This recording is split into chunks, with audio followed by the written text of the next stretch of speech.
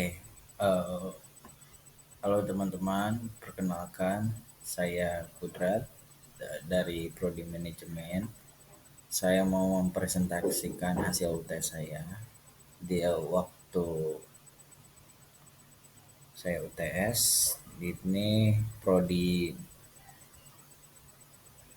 ini untuk pelajaran kelayakan bisnis. Di sini kan memberitahukan tentang soal UTS yang dimana kita harus mereview salah satu biro statistik tenaga kerjaan Amerika AS. 20% dari semua bisnis bisa jatuh begitu saja dalam 2 tahun pertama pendiriannya, sementara 45% atau hampir setengah dari semua bisnis runtuh dalam 5 tahun pertama, dan 65% tidak tahu 15 tahun usia perusahaan. Itu sudah tertera di webnya berdasarkan di atas contoh.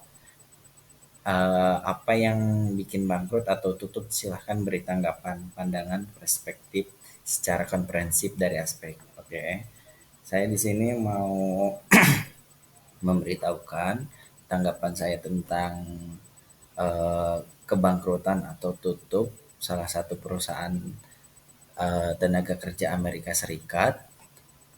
Di sini saya sudah mereviewnya dalam Word. Eh, Pertama, berdasarkan yang diberikan bahwa tingkat kegagalan dalam bisnis dalam beberapa tahun pertama pendiriannya cukup tinggi. Ada beberapa faktor yang mempengaruhi kegagalan tersebut. Berikut ini adalah contohnya. Misalkan contohnya retail store. Satu, aspek SDM. SDM yaitu sumber daya manusia. Dalam SDM perusahaan retail store mungkin mengalami kegagalan karena beberapa alasan. Salah satu penyebabnya adalah kurangnya pengetahuan dalam keterampilan manajemen yang memadai. Mungkin tidak ada tim manajemen yang efektif dalam mengelola operasional sumber daya perusahaan. Selain itu mungkin ada kekurangan alam merekrut dan mengembangkan karyawan yang berkualitas.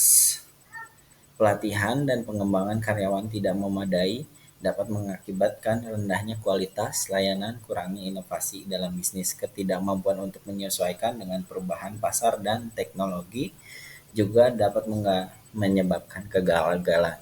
Contohnya itu, kalau kegagalan di dalam seorang diri karyawan, manajemen, misalkan kita ada di perusahaan tersebut harus ada trainer yang bisa melatih si uh, karyawan barunya itu agar lebih expert, misalkan lebih lebih tahu lagi sebelum terjun langsung ke dunia kerja seperti itu, dan harus memberitahukan wawasan perusahaannya seperti apa dan SOP-nya seperti apa agar tidak terlalu keluar batas dalam dia bekerja seperti itu.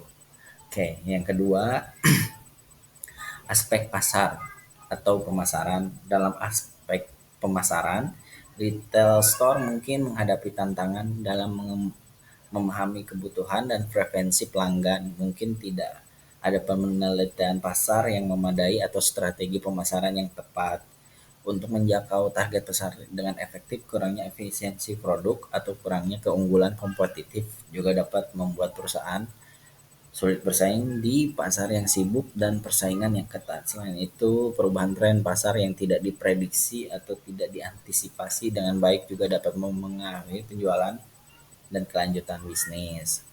Ya, betul.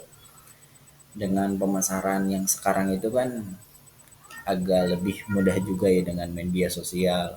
Terus tapi tidak semudah apa yang dibayangkan, karena di media sosial pun kalau misalkan eh, hanya promosi tanpa strategi pun percuma gitu loh. Ya, promosi kita harus menambahkan ide-ide baru dan membuat pemasaran itu lebih menarik. Contohnya seperti itu agar tidak adanya keflatan dalam promosi suatu perusahaan. Untuk yang ketiga, aspek keuangan. Dalam aspek keuangan, retail store mungkin menghadapi masalah keuangan yang serius. Mungkin terjadi kesalahan dalam perencanaan keuangan dan pengelola kas yang buruk. Kurangnya modal yang cukup untuk memulai bisnis atau menghadapi tantangan keuangan yang terduga dapat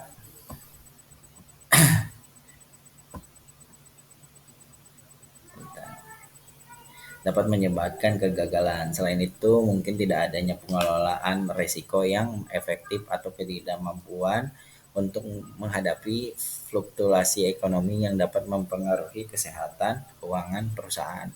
Untuk menghindari kegagalan bisnis dalam aspek-aspek yang disebutkan di atas, perusahaan perlu melakukan beberapa tindakan yang meningkatkan peluang keberhasilan, misalnya melakukan investasi dan pengembangan SDM, pelatihan dan pengembangan karyawan, serta merekrut manajemen yang berkualitas. Selain itu,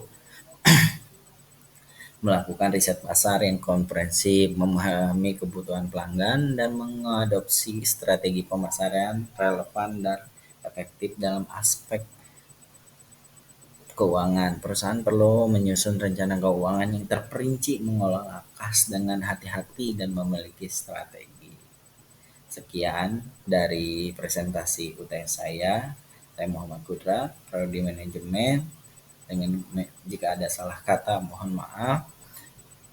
Saya ucapkan assalamualaikum warahmatullahi wabarakatuh.